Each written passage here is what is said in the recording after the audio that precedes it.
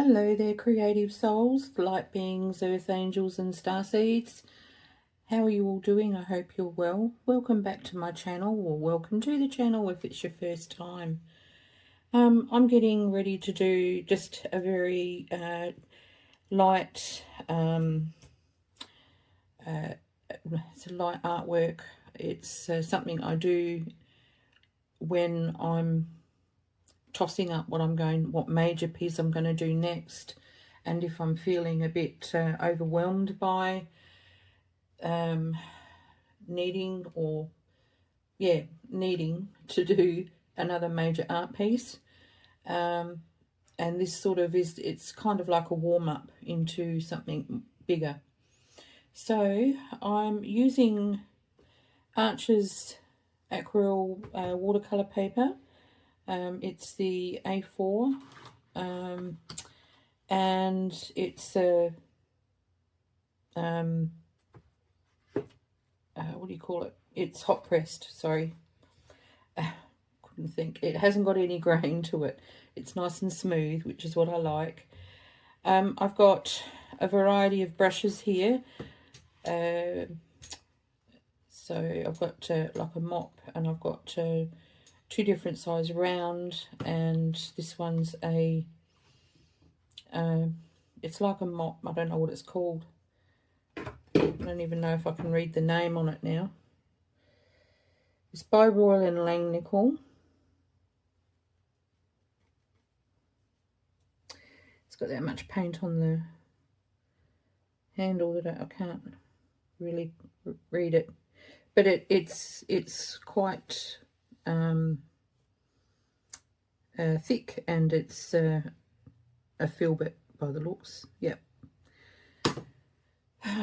For your experienced painters out there, you would know what that is. I don't know. And I've got a variety of felt tip pens. This is all I've got left in my collection. So I do need to go buy more, because I don't need that one, because I'm very limited on sizes, and I'm using a Uniball white paint pen.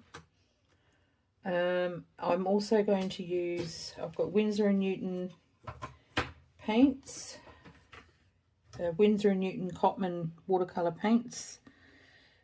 As you can see, these are well loved. And I've got my Daniel Smith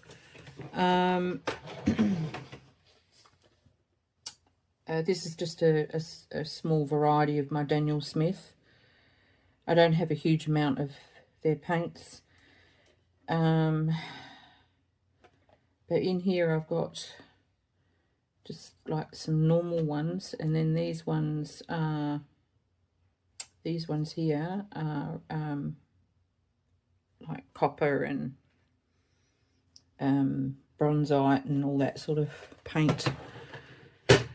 Daniel Smith does some really cool paints, and I've got some of his pearl ones here, which I do like the pearl. I haven't used them very much, and I've also got a selection of his gemstone paints. So I like the texture of them, that the effects that those two types of paints give. I really like it. So and I've also got some stencils. So let's just get over the intro. I'm going to use ink as well. I'm just using an alcohol ink by Pinata, and I might introduce some gold acrylic at some point. I'm not sure. We'll see. So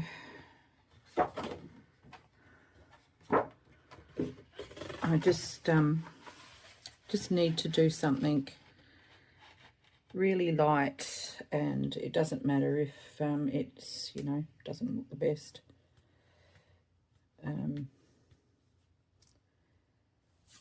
It's So I could actually just do this in a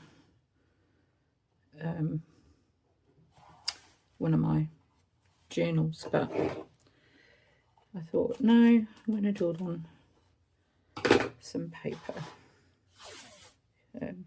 Arches paper.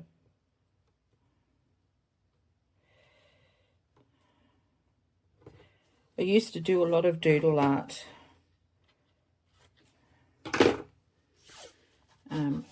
2 or 3 years ago.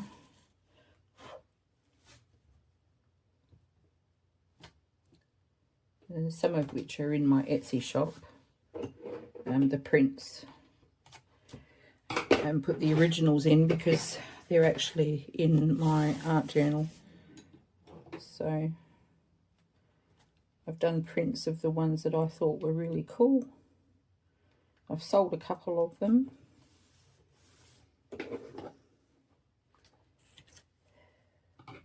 Not on Etsy though. But yeah. Okay, so we're all set. Now I'm thinking that I'm going to do it in portrait.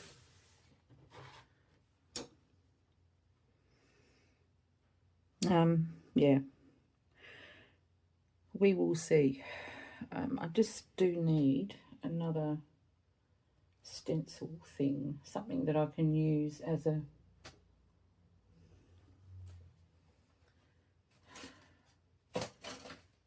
stencil. I'll pause and come back.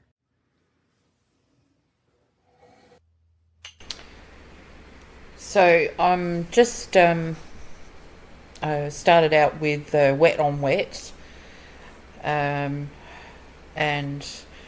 I really have no clear direction of what I'm doing with this.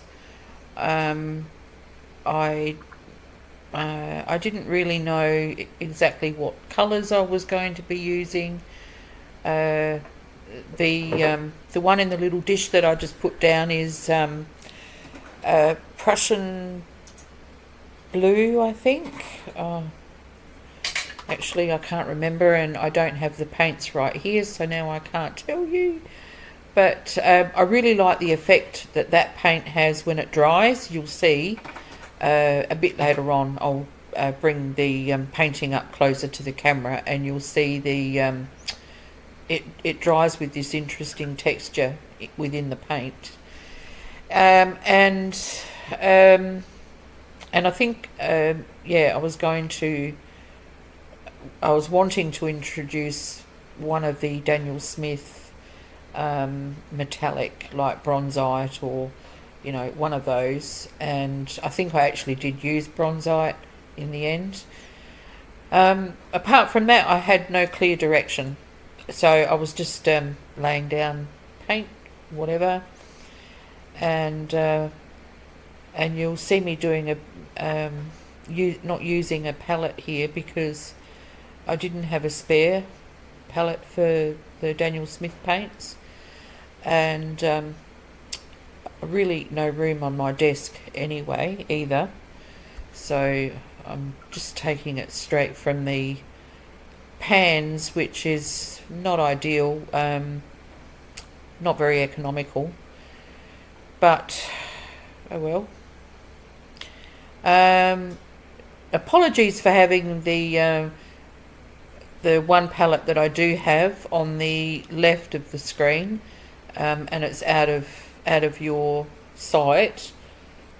I really do need to rearrange things on my desk. I'm doing this recording with my phone, which is on a stand, which you can just see the end of on the right there. And I just, I need to kind of swap things over and put the palette on my right. And I didn't think of that prior to doing this recording, so this was actually a spur of the moment video, so I've been a little, I wouldn't say stressed out and upset or anything like that, but I have had something on my mind of late, and my higher self tells me that I need to address this, which I have, and I'm being guided to talk about this on a video, and that there are people out there that may still need to hear this sort of thing, and I will go into it a bit later on.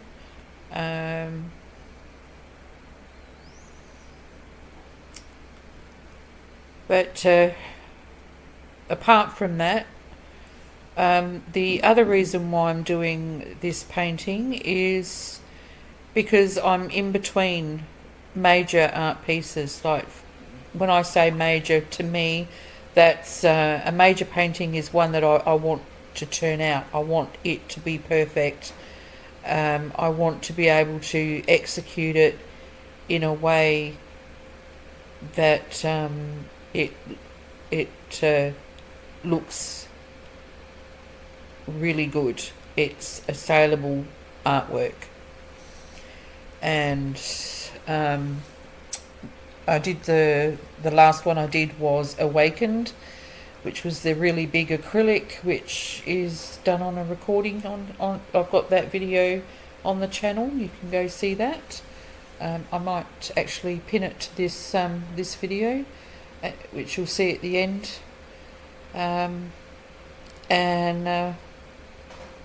Yeah, so that was my last major artwork, and I'm kind of tossing up a few ideas, but having a bit of difficulty trying to work out just how I'm going to do those paintings, whether they'll be watercolour, acrylic, whether I'm going to do them in graphite and maybe some coloured pencil.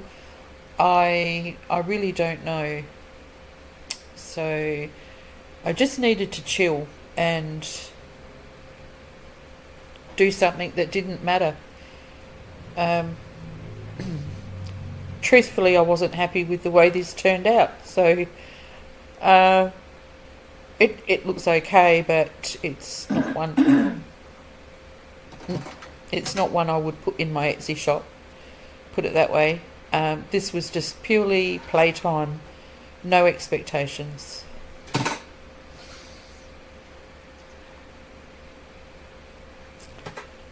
And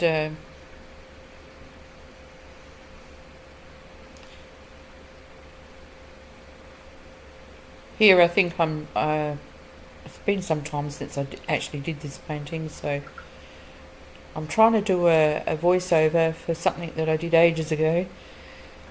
I would have been just trying to think of what to do next, actually, and being mindful that much of the paper is wet, and so any paint that I lay down is going to blend into other areas, and I'm not wanting it to turn into like a muddy mess. So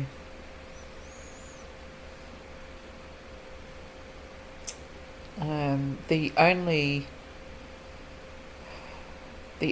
paint that I didn't use, it wasn't Daniel Smith, was the yellow, which was the Winsor & Newton, and I think it was lemon yellow, so quite a cool colour.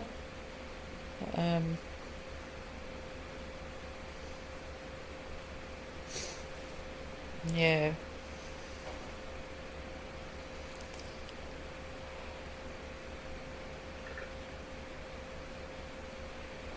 It looks like a hodgepodge at the moment. I actually like the way it dried. actually, to me, it looked quite different to how it does now. So, yeah, doodling or creating neurographic art is a really good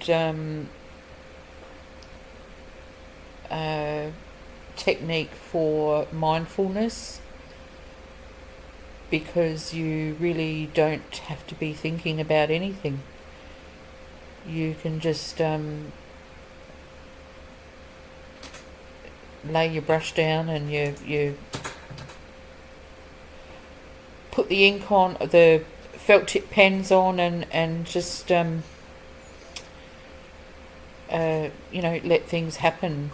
And it is really quite a freeing art form, more than doing a portrait or a landscape, which, any kind of art is freeing to the mind to some extent, but neurographic art more so.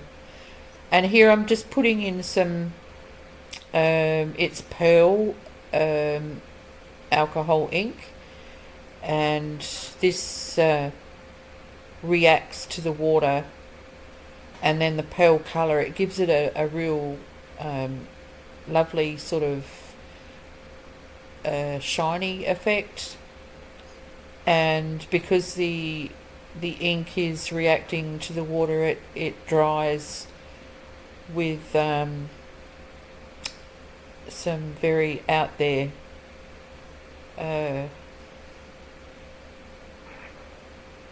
markings, and I don't know, it just I quite like using it. It's not really the way you're supposed to use it, but I love using it on water. So they take a bit of time to dry though, longer than watercolour paint.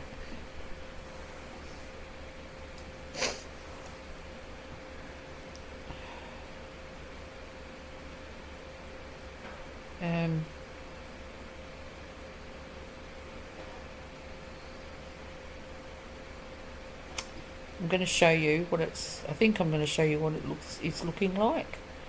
Yes, I am. And you could be able to you see those sort of interesting marks in that darker blue? That's how the Prussian blue, I think it's that paint. That's how it dries. It dries like that, all by itself. It's wonderful.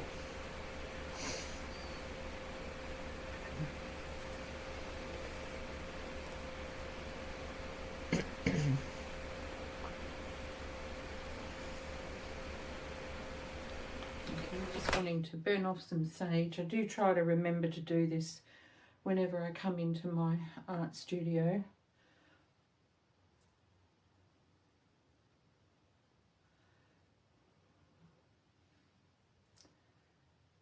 If I don't light the sage, I usually will light dragon's blood incense and some white sage incense, but I don't have any of that right now.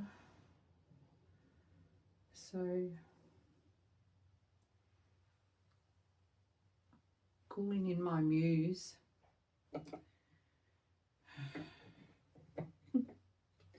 So, okay.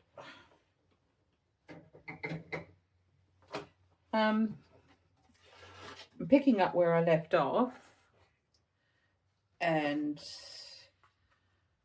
that's where I'm at. And I hope the camera's picking up those pearl accents. I'm not sure now which way it's going to be, landscape or portrait. So I'm just going to add another layer of paint here and there. Not all of the colours, just a couple. And then I'll have to let that dry, and then I'll come back to the next stage. So I'm going to flip the camera around. Okay. It does still appear a bit dark. I might just have to put the blind up a little bit.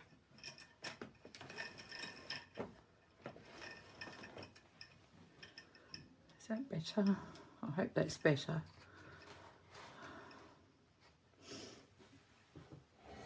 Okay.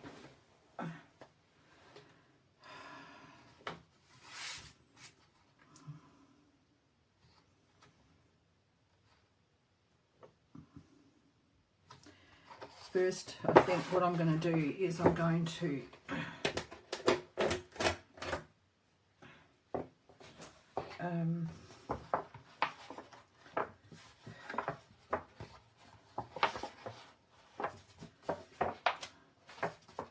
try and bend it into shape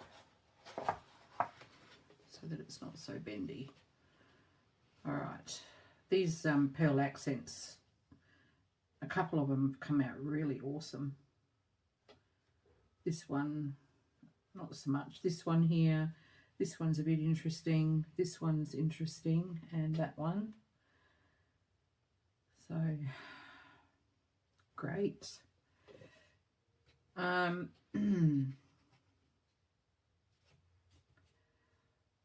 right, so I'm going to use my Daniel Smith, which colour was it?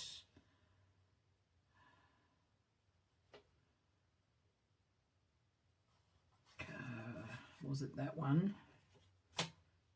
Which one was it?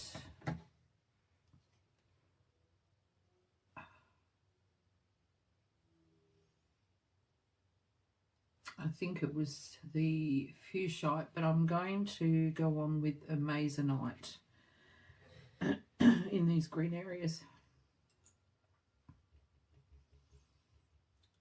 So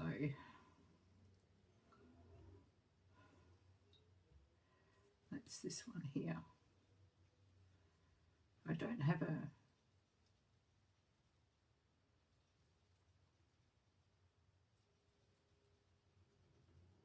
free palette, so I'm working without it, which is really not a good thing, but we'll see how we go.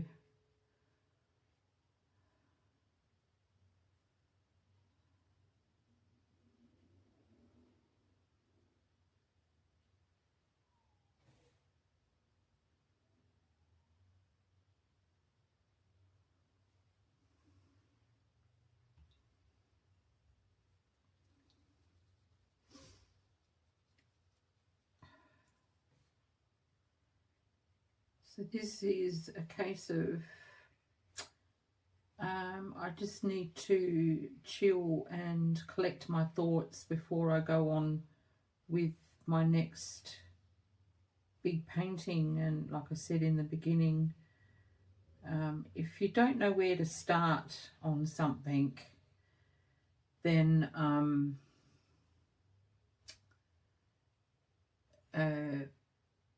start small.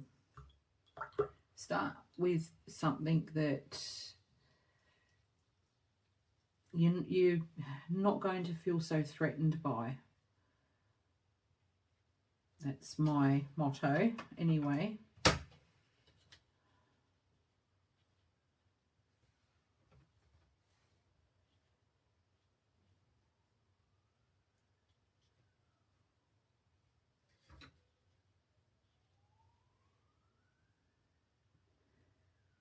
Okay.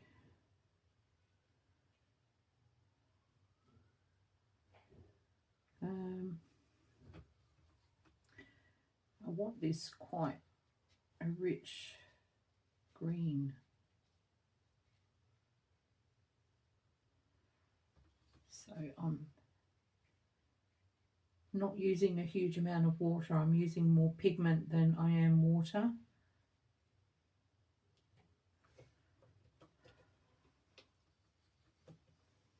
And because the paper is wet, I can just drop that pigment in and hopefully it will stay quite vibrant.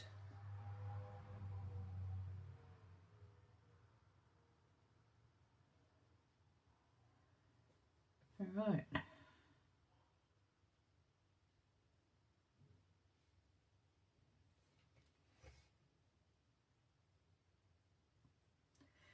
And the other colour I was using is Wisteria, which is a very sort of subtle colour, and not Wisteria, sorry. It was, I will tell you in a sec.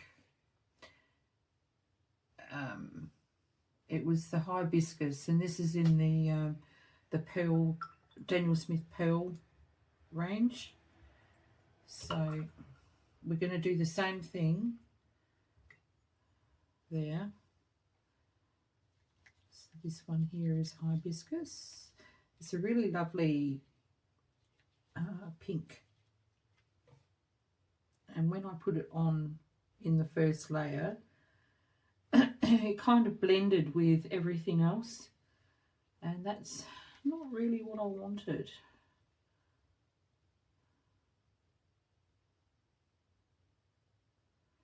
So we're just going to drop in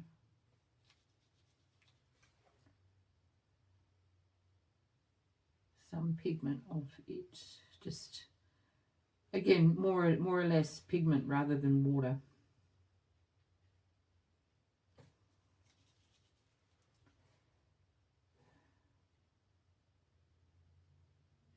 But it is such a pale colour. It's interesting colour.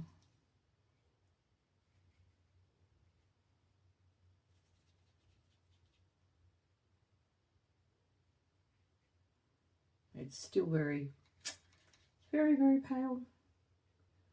It's not doing what I want it to do, but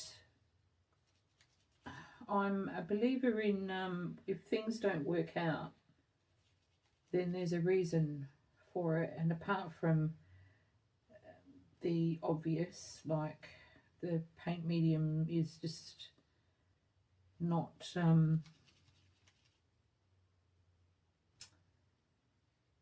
not the appropriate one for the moment,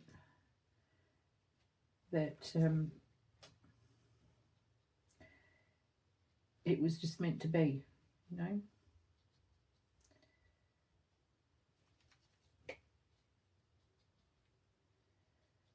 Okay.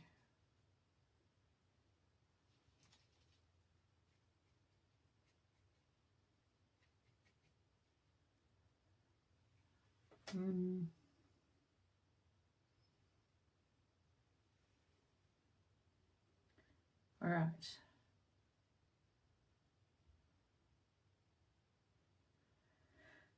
All right, I'm going to leave it to dry, and then I will come back and we'll start with the actual line work.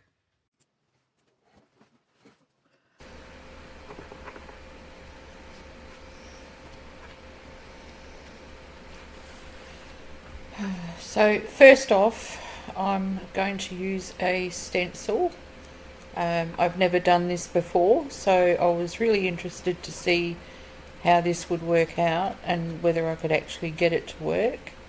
And I did. I was successful. Yay! At least something was going right.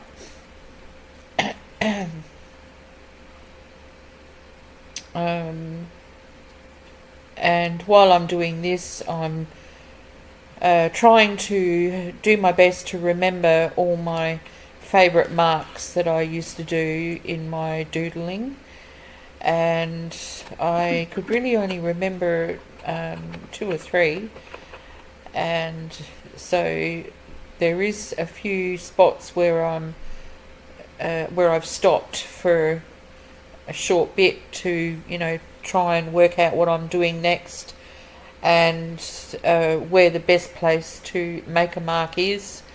And really, for this kind of art, that's probably counterproductive. It's like, you know, you should just really go with the flow and let it happen without thinking about it. But being on camera does make me nervous, So I was trying to put my best foot forward and not make a complete mess of it all. And also the few felt tip pens that I had a lot of difficulty getting them to work over the paint, over the watercolor paint. It actually did ruin my finer felt tips, which are the ones that I really needed. It just wore it. It kind of like wore the tips down, and they just weren't making any marks at all. It was like they were run out, and so I was even more limited in resources and getting quite frustrated with the fact that I didn't have what I needed. So I've moved on to the next thing that I knew that I could use, which is a white Posca pen, and that's acrylic. So, and then I've obviously decided, no, I'll use the brush tip pen and start laying in the large areas. And for this, I believe with neurographic art, you're supposed to not lift your pen off the page. I'm not sure if that's correct. I actually don't know what the correct technique is for neurographic art.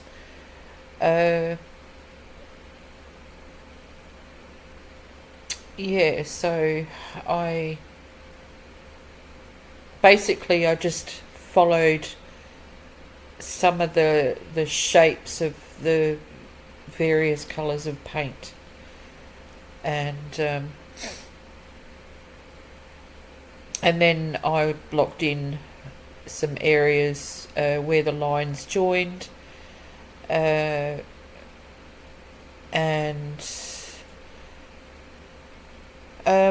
then just went from there.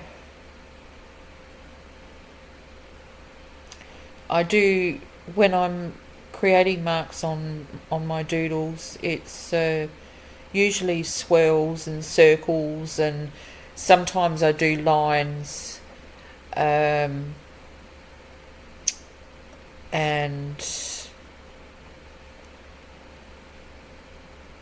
sometimes I'll do flowers in them. I didn't do any flowers in this one. I did try doing some trailing type stems with like teardrops on the ends, and I did try that with a gold Pentel pen, which was a bad mistake. You could hardly even see the gold, and I ended up going over that with my brush pen. So so here I'm just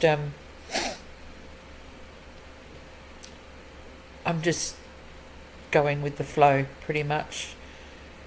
So I'll leave that talking about the painting there and go on with the other stuff that I was the whole reason why I was doing this painting. The first one, going back to having painter's block, artist block, whatever you call it. I do put high expectations on myself, which I know I shouldn't, because I am learning, and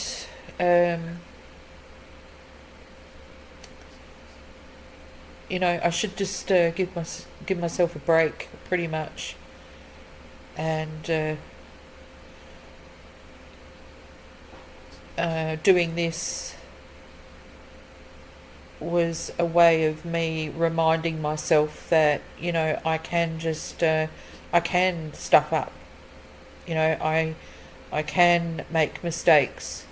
I can make a piece of art that looks like absolute shite, and that doesn't matter. You know, no one really has to see it. I haven't put this on Instagram or Facebook. I'm doing it here on a video, but I wouldn't actually put it out there to any of my other social media followers. And the only other person who saw this was my son. And he's, you know, my biggest supporter. So he's, you know, Mum, that's great. I like the colours. I like how you did that. I'm like, oh, thank you. So that was good, you know, just to have a little bit of validation from someone who is important to me. And yeah. And then the other thing is, back when I started this, I did this a few weeks ago from me doing this recording. I was going through a bit of a spot where everything I did just wasn't working out. I have this channel, and I have a junk journal channel, which is going not too bad. You know, like I'm doing about 2 videos a week, and it is very, very slowly growing. I'm not really getting any comments. Most of my videos don't get comments, which is, you know, a bit harrowing, because I don't know if I'm doing the right thing, and I'm, you know, people just liking the videos just as that vote of encouragement sort of thing, and which is great, you know, don't stop doing that, you know, sort of thing. But I was stressing about everything, stressing about how things weren't going the way that I envisioned them to be going, how they should be happening. And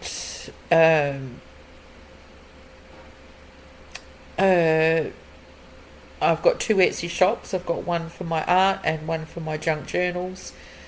And both of them, well, the art shop really isn't getting any traffic whatsoever. It's dead in the water. And that is really distressing, because my art comes from from emotions and feelings that are deep within me. And it's like I'm bearing my soul onto paper, onto some sort of substrate, and no one cares, no one's seeing it, no one's appreciating it, and it all has a story behind it. And if no one's appreciating it or even seeing it, why am I bothering? And the same with my junk journals. Like, I pretty much, like when I first started that shop, I couldn't keep up with as soon as I'd make a journal and list it, not long after it would sell. So I really couldn't keep up with the stock, and which is a great thing, you know, like I'm not complaining about that. But now it's just also not being seen. It's like the algorithm has totally forgotten me.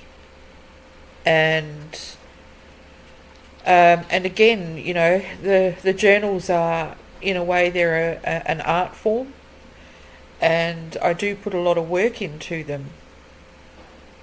And I just I was reminded by something my father said to me when I left home at 16 years old.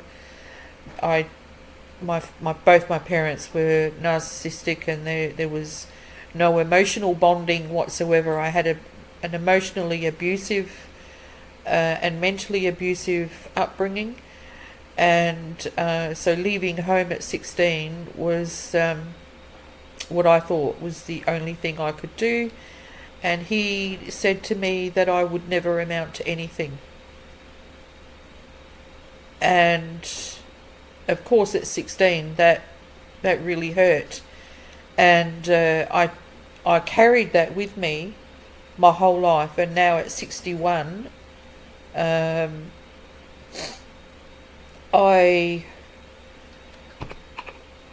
was still holding on to it, I guess. And I thought that when I was going through my awakening process in the latter half of 23 and last year, I had thought that I had worked all through that. That was one of my inner child wounds, and I was under the impression that I had healed myself from that wound. But with all these things that were going on with me at the moment, that had cropped up, and I was in tears for a couple of days and quite distressed, and really believed that I had no value in this world. And then with the situationship that I was in, which is the reason why I went through this awakening, and what all of my videos have been about, because I'm guided by spirit to talk about all these things and the whole awakening process, and about how I worked through all that, and this is all a part of it. So I'm supposed to be putting it out there because there are people that can benefit from my experience. And yes, so with that relationship, this sense of devaluing myself was a very prominent thing that was happening with me throughout the 3 years that I was suffering this narcissistic abuse from my housemate. And again, I had to think to myself, well, obviously, there's Dad has instilled this in me. My stepmum had treated me like I was an imposition in her life, and that I was not wanted. And the various friendships and things that had happened throughout my life in between these two major incidents had also told me that I was not a worthy person. That's how I took all this trauma. But I do know now that I am worthy, and that I do have value. I have something to contribute to this world. And I meditated on this, and I'm very, most of the time nowadays, I do feel a real connection to my higher self. And I asked, how do I fix this? What is one strategy for fixing this? And I was told forgiveness. And I thought, well, I have forgiven these people. I've had these narcissistic parents, I've had this narcissistic housemate, I've had friends that have had, maybe not actually narcissistic, but were gaslighting me, and trying to make me go crazy, thinking that, I was the one who was getting it all wrong. I thought I had worked all this out and forgiven all these people. Now, before you all get upset, yes, you can forgive a narcissist, not to their face. Don't approach them. Don't go anywhere near them at all. Stay away. But you forgive them within your own mind. And I know that it is really, really hard to do, because what they did is just unforgivable, really. It is. You think that it is. But in order to be able to progress in life and grow, move on, and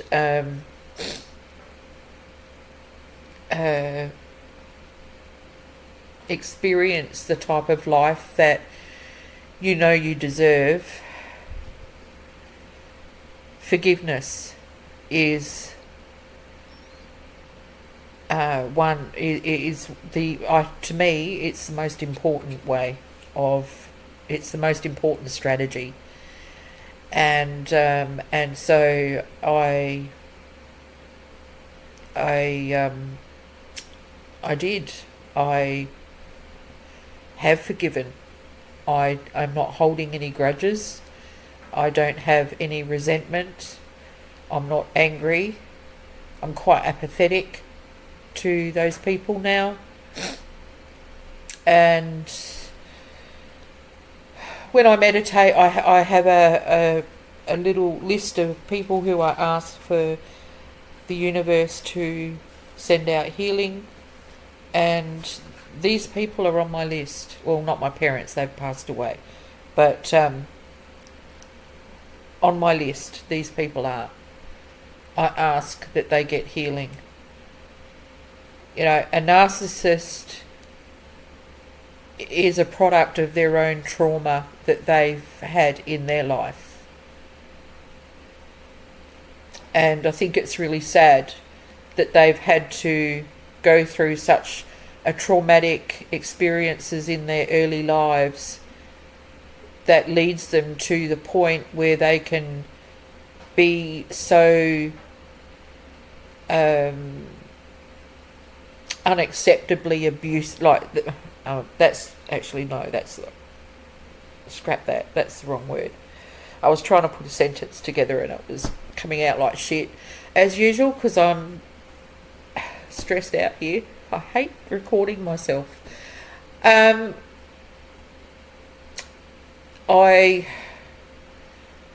am really quite saddened to know that these people have had such a traumatic life in their early years, to bring them to the point where they think that it's okay to be so abusive and destructive on another person's mental and emotional well-being.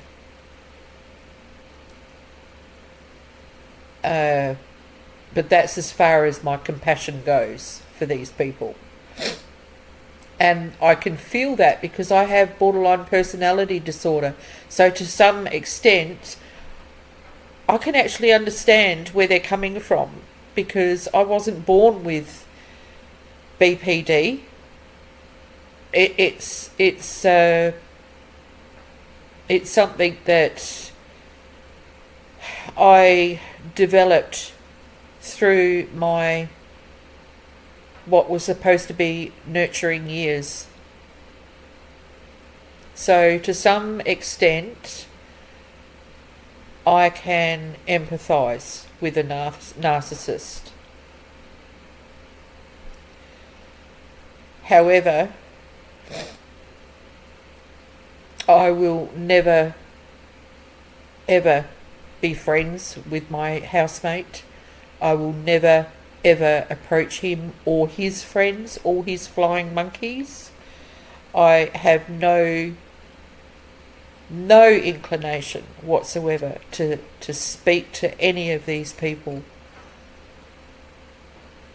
That's all gone.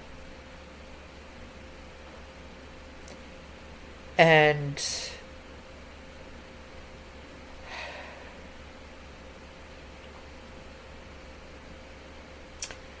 I feel that I feel a lot lighter. It's made me feel a whole lot better within myself to know that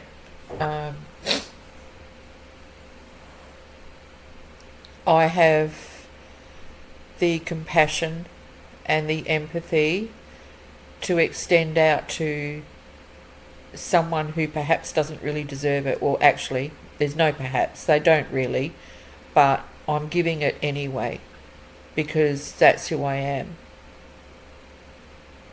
I have a lot of love within me. I have an open heart, and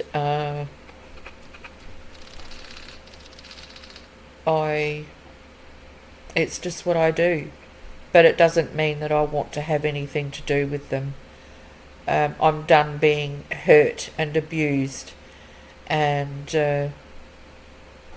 I'm done with holding resentment, because that only holds you back. Being angry at people just gives them, you're giving them your energy, essentially. That's what you're doing. The more you hold on to the resentment and refuse to forgive, the longer you're holding on to the hurt, the pain that they put on you. You don't want to be giving your energy to these people. They don't deserve your energy. That belongs to you.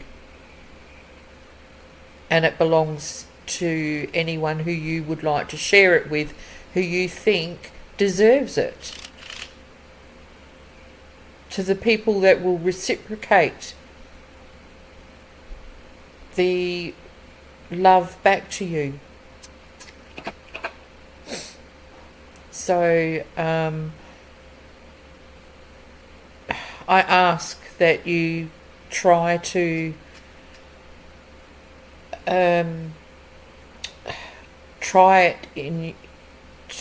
to forgive just within yourself. Forgive yourself for subjecting yourself to this treatment, and forgive them quietly within your own soul. You don't need to tell them anything. You do not need to approach them.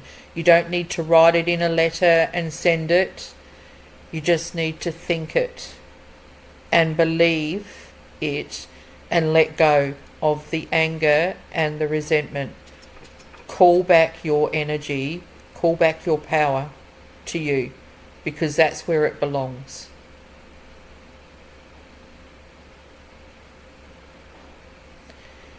So I really hope that I'm reaching people out there, because I know that there's a lot of people that are having difficulty with this. When I look at online at all the tarot, there's a lot of collective readings where these really negative past energies are coming up, and they're constantly being talked about because people are hanging on. You need to stop doing that. And I'm sorry if this sounds harsh, but it's the bottom line.